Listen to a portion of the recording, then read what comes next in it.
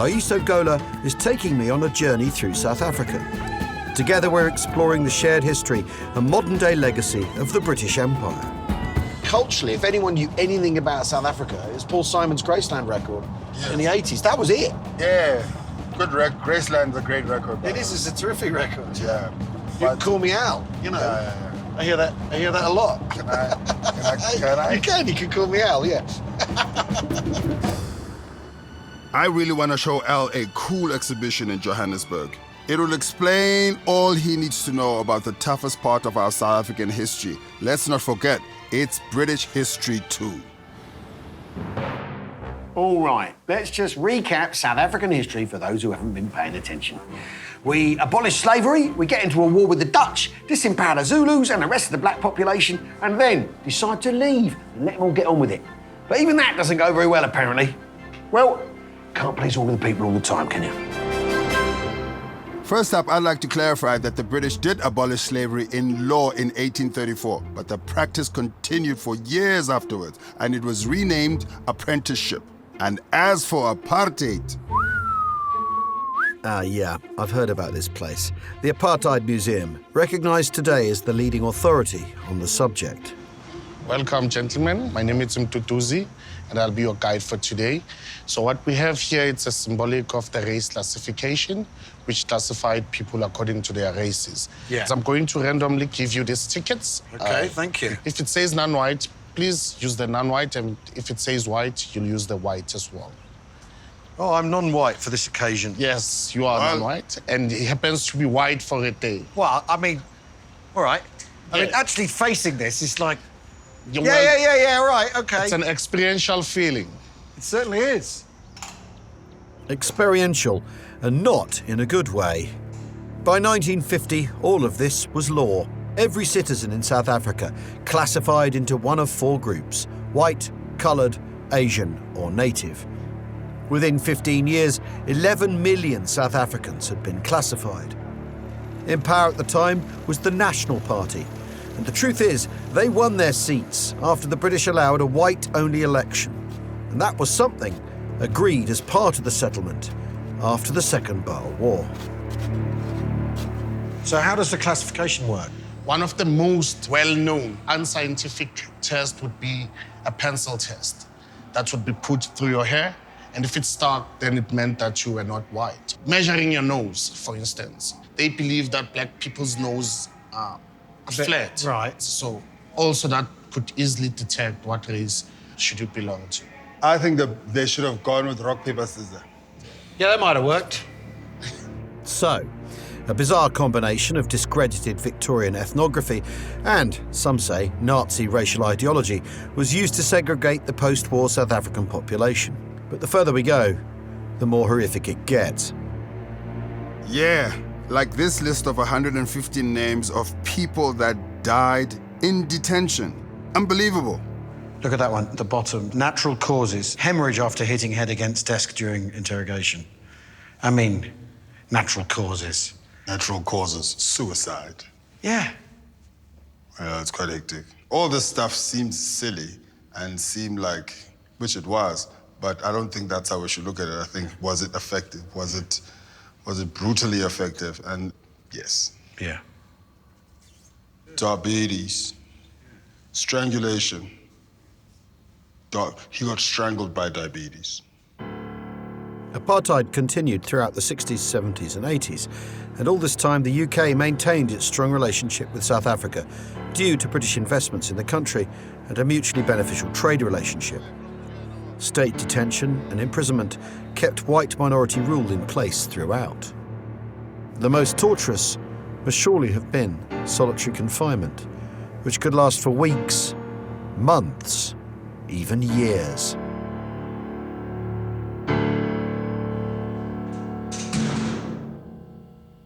This is not good. Just freedom of movement, being deprived of freedom of movement. I mean, this is half the size of my bed at home. Yeah. And you pay like £4,000. Oh, you have no idea why.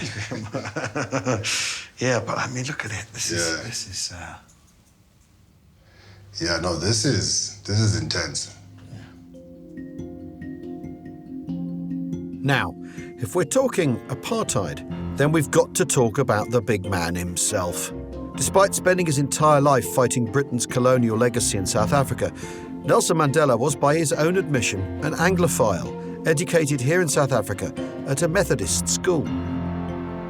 I would say the Nelson Mandela I'm impressed by is Nelson Mandela of the 40s and 50s when he gets arrested. If you ask people why was he arrested, they really don't know. No. It was treason. Yeah. It wasn't jaywalking. No. Yeah, so I always see the forgiving guy, but I'm really in love with the revolutionary Nelson Mandela, because that's the guy they locked up.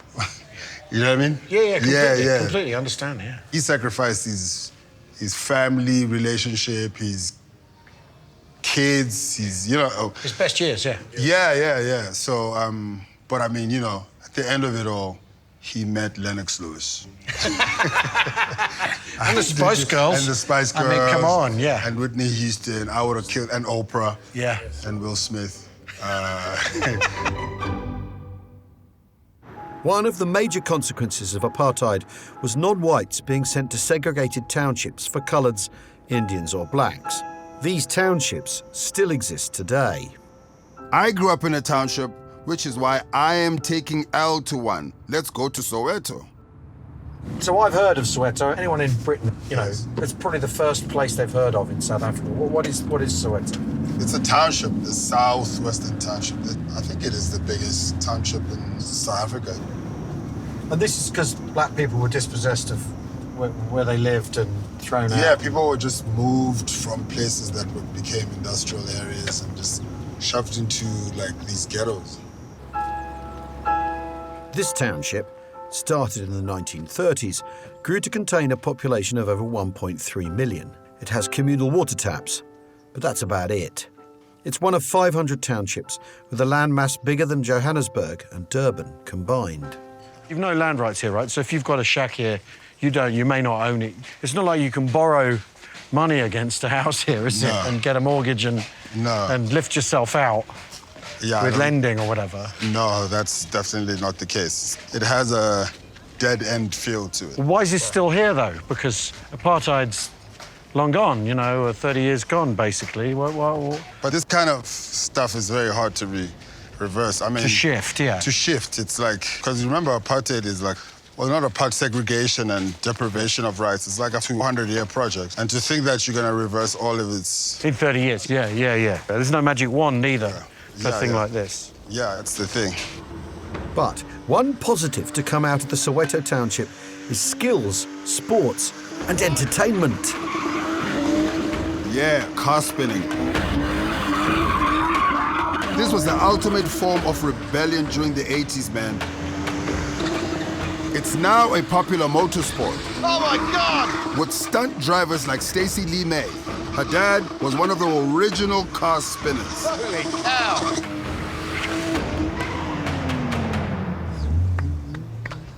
That was incredible. So, Stacey, this is your car? Yeah, this is Yeah?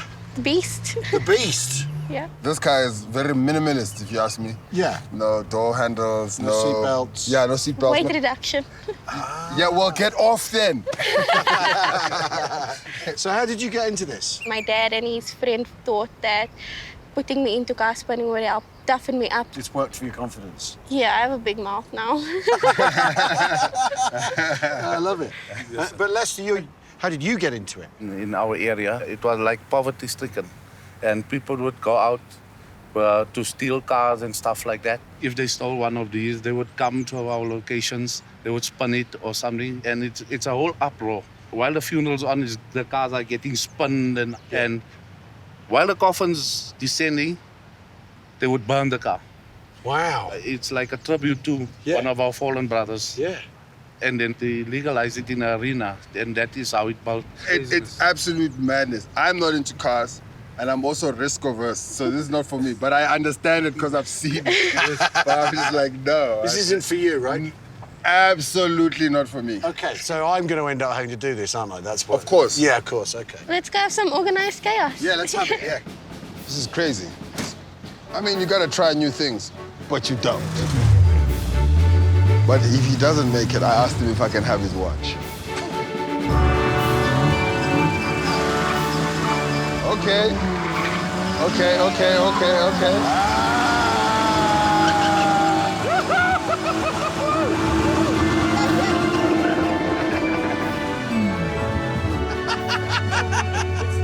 Yeah. That was truly fantastic. My heart's a pounding, but I'm going to get out of the dangerous car now. Well, does it open from the inside? Doesn't open from the inside. While this has been a nice diversion from the vastness and continuing problem of Soweto, for me it's clear to see the impact the British Empire had on South Africa's past and even present. The British way of doing things in South Africa, the imperial model that's brought to South Africa, is to divide and rule. So the precedent for excluding black people from politics as usual has been made by the British. It's then the Free State that uses racism as its petrol for the engine that it wants to run, and racism is bad, bad petrol. The British Empire continued to trade and partake in interacting and solidarity with the apartheid government for a very long time. I mean, it took them a while to come around with sanctions and that kind of stuff, but if you look at the roots of it, they are highly complicit because the initial project is theirs. There's a mild abandonment halfway through, but it's not an entire abandonment. They didn't go, oh, we have nothing to do with these guys. It was sort of like, we don't, yeah. We're still extracting gold. We still partake in this apartheid economy.